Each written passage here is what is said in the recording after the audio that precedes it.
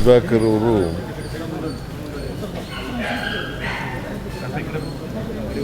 ಚಳ್ಳಕೆರೆಯಲ್ಲಿ ಜನನ ಆಗಿದ್ದು. ಅವರು 2008ರಿಂದ ಹಿರಿಯೂರಿನಲ್ಲಿ ಶಾಸಕರಾಗಿದ್ದರು. 2ನೇ ಸಾರಿ ಮಂತ್ರಿಯಾಗಿದ್ದರು. ಹಿಂದೆ ಒಂದು ಸಾರಿ ಮಂತ್ರಿಯಾಗಿದ್ದರು, ಆಮೇಲೆ ಈಗ ಮಂತ್ರಿಯಾಗಿದ್ದರು. ಭಾಳ ಜನಪ್ರಿಯವಾಗಿದ್ದಂಥ ವ್ಯಕ್ತಿ. ಬಡವರ ಪರವಾಗಿ ಯಾವಾಗಲೂ ಕೂಡ ಇದ್ದಂಥ ವ್ಯಕ್ತಿ. ಜೊತೆಗೆ ಅವರು ಶಾಸಕರಾಗಿ, ಮಂತ್ರಿಯಾಗಿ, ಈಗಲೂ ಕೂಡ ಮಂತ್ರಿಯಾಗಿದ್ದರು. ಪ್ಲ್ಯಾನಿಂಗು ಮತ್ತು ಸಮಾಜ ಕಲ್ಯಾಣ, ಹಿಂದೆ ಸಮಾಜ ಕಲ್ಯಾಣ ಸಚಿವರಾಗಿದ್ದರು. ಹಿಂದೆ ಸಮಾಜ ಕಲ್ಯಾಣ ಸಚಿವರಾಗಿದ್ದರು.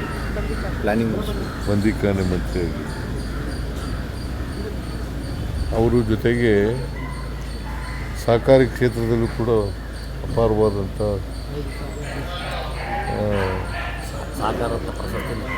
ಸಹಕಾರಿಯಾಗಿದ್ದರು. ಪ್ರಶಸ್ತಿ DCC ಬ್ಯಾಂಕ್ ಅಧ್ಯಕ್ಷರಾಗಿದ್ದರು. ಎಫೆಕ್ಸ್ ಬ್ಯಾಂಕ್ ಡೈರೆಕ್ಟರ್ ಆಗಿದ್ದರು.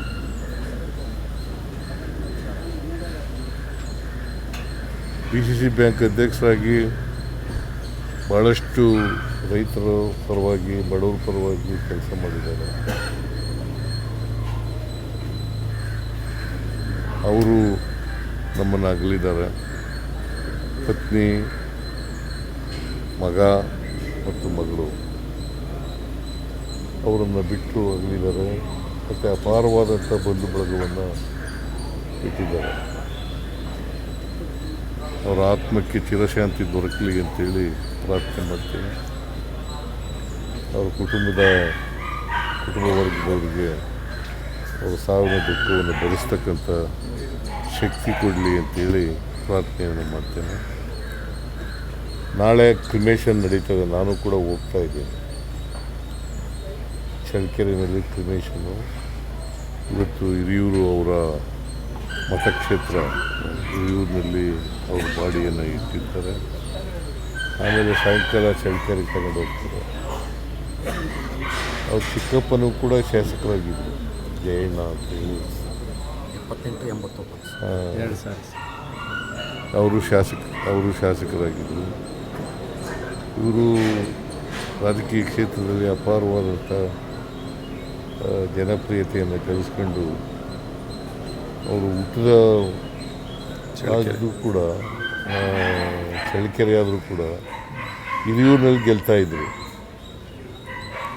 ಯಾಕೆಂತಂದರೆ ಚಳ್ಳಕೆರೆ ರಿಸರ್ವ್ ಆಗಿರೋದ್ರಿಂದ, ST ರಿಸರ್ವ್ ಆಗಿರೋದ್ರಿಂದ ಇಲ್ಲಿ ಗೆಲ್ತಾಯಿದ್ರು. ಅಪಾರ ಅಭಿಮಾನಿಗಳನ್ನು, ಬಂಧು ಬಳಗವನ್ನು ಅವರು ಬಿಟ್ಟೋಗಿದ್ದಾರೆ. ರಾಜಕೀಯ ವ್ಯಕ್ತಿಗಳನ್ನು ಬಿಟ್ಟೋಗಿದ್ದಾರೆ ಅಂತ ಗೊತ್ತೈತೆ. ಅವರ ಅಗಲಿಕೆ ರಾಜಕೀಯ ಕ್ಷೇತ್ರದಲ್ಲಿ ಭಾಳ ದೊಡ್ಡ ನಷ್ಟವನ್ನು ಉಂಟು ಮಾಡಿದೆ.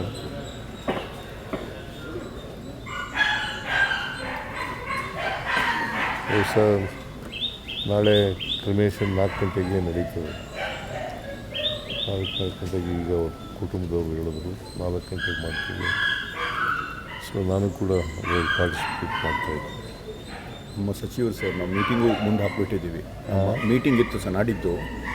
ಎಲ್ಲ ಸಚಿವರಿಗೆ ಮಾತಾಡಿ ಬೆಳಗ್ಗೆ ಮುಂದೆ ಹಾಕಿದ್ದೀವಿ ಸರ್. ಯಾಕಂದರೆ ನಮ್ಮ ಮಿನಿಸ್ಟ್ರು ಅವರೇ. ಆಮೇಲೆ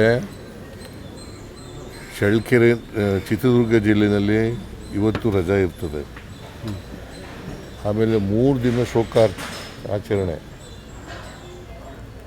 ಇವತ್ತು, ನಾಳೆ, ನಾಳಿದ್ದು ರಾಜ್ಯದಲ್ಲಿ ಶೋಕ ಆಚರಣೆ ಮಾಡ್ತಕ್ಕಂಥ ಕೆಲಸವನ್ನು ಮಾಡ್ತೀವಿ. ಚಿತ್ರದುರ್ಗ ಜಿಲ್ಲೆಯಲ್ಲಿ ಮಾತ್ರ ರಜಾ ಘೋಷಣೆ ಮಾಡಿ ಇವತ್ತು.